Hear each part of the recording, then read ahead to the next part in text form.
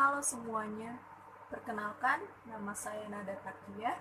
Saya dari Fakultas Ekonomi dan Bisnis, jurusan Manajemen.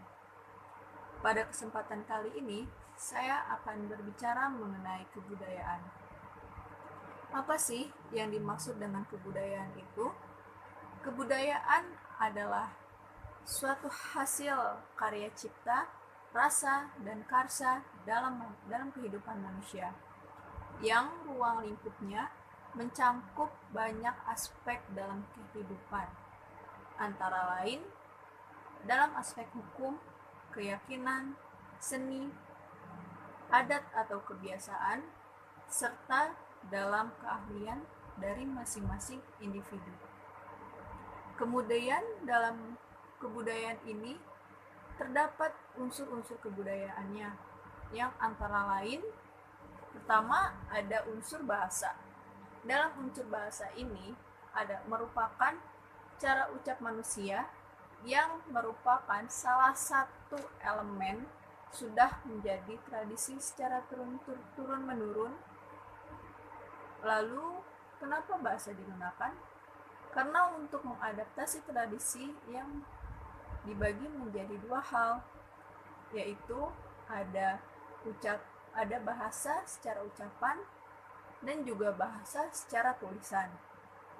Kemudian selanjutnya ada unsur sistem kepercayaan. Dalam sistem kepercayaan ini merupakan salah satu kunci penting dalam kehidupan bermasyarakat. Kenapa seperti itu? Karena dalam sistem kepercayaan itu menghubungkan antara manusia dengan sang penciptanya, dan menjadi salah satu pegangan oleh masing-masing masyarakat dalam menjalani kehidupan. Serta kemudian ada unsur ilmu pengetahuan. Dalam ilmu pengetahuan ini, itu untuk memenuhi rasa ingin tahu manusia terhadap suatu hal. Dengan begitu, dengan adanya ilmu pengetahuan, kehidupan manusia bisa lebih terbantu dan lebih maju dari waktu ke waktu.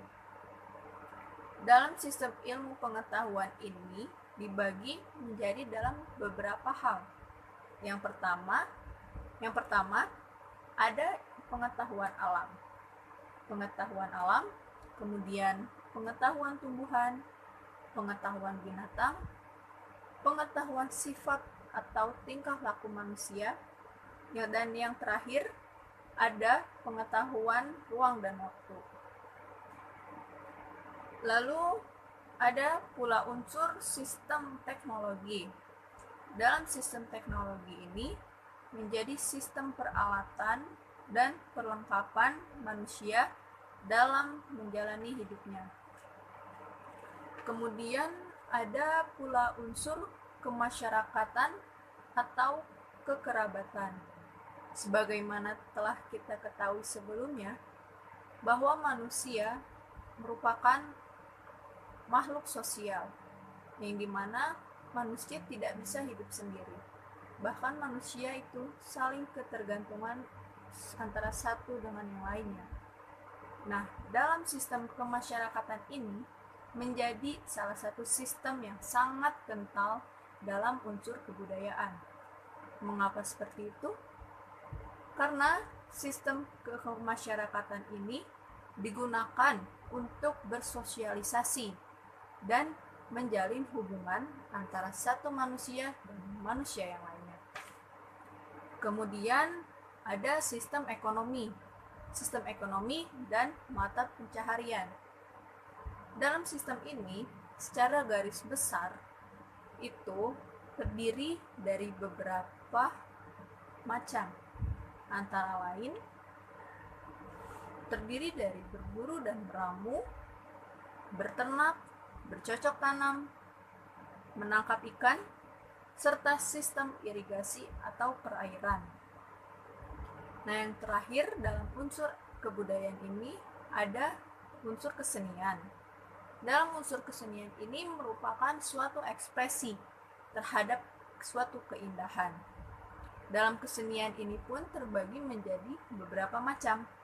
Antara lain, ada kesenian dalam hal seni musik, seni tari, seni terapan, seni murni, bahkan banyak lagi kesenian yang lainnya. Dalam kebudayaan juga tidak jauh dari ciri-cirinya. Adapun di sini akan saya sebutkan beberapa ciri-ciri dalam kebudayaan tersebut. Yang pertama, ada kebudayaan dapat diwariskan, kebudayaan dapat dipelajari, kebudayaan hidup dan berkembang, serta yang terakhir, ada kebudayaan dapat berubah. Kenapa kebudayaan dapat berubah? Karena dari waktu ke waktu serta perkembangan zaman akan adanya perubahan, entah itu dari teknologi, kebiasaan, adat istiadat, ataupun yang lainnya, maka secara otomatis dalam sistem kebudayaan ini pun dapat berubah. Lalu dalam kebudayaan pun tidak jauh juga dari wujudnya. Ada di sini wujud dari kebudayaan yang antara lain adalah yang pertama, ada nilai kebudayaan, nilai sistem budaya, kemudian sistem sosial, serta yang terakhir ada kebudayaan fisik. Lalu dalam kebudayaan pun tidak akan jauh dari fungsinya. Di sini ada fungsi dari kebudayaan, yaitu antara lain fungsinya sebagai pedoman hubungan manusia atau kelompok. Yang kedua, memenuhi kebutuhan masyarakat, serta yang ketiga, mendorong perubahan masyarakat. Dalam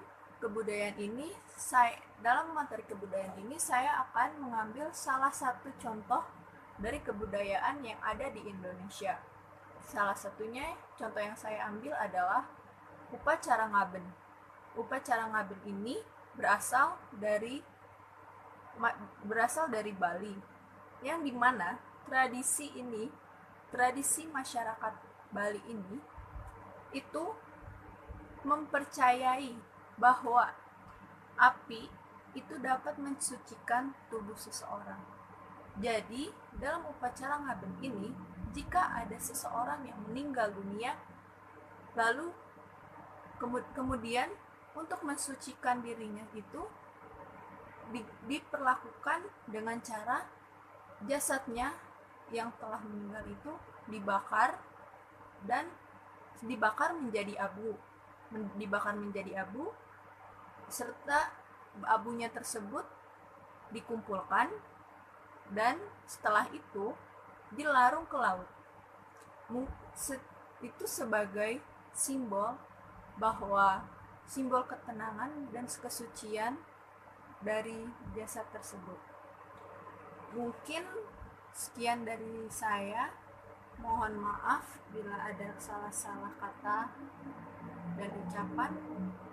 Wabillahi taufiq wal hidayah. Wassalamualaikum warahmatullahi wabarakatuh.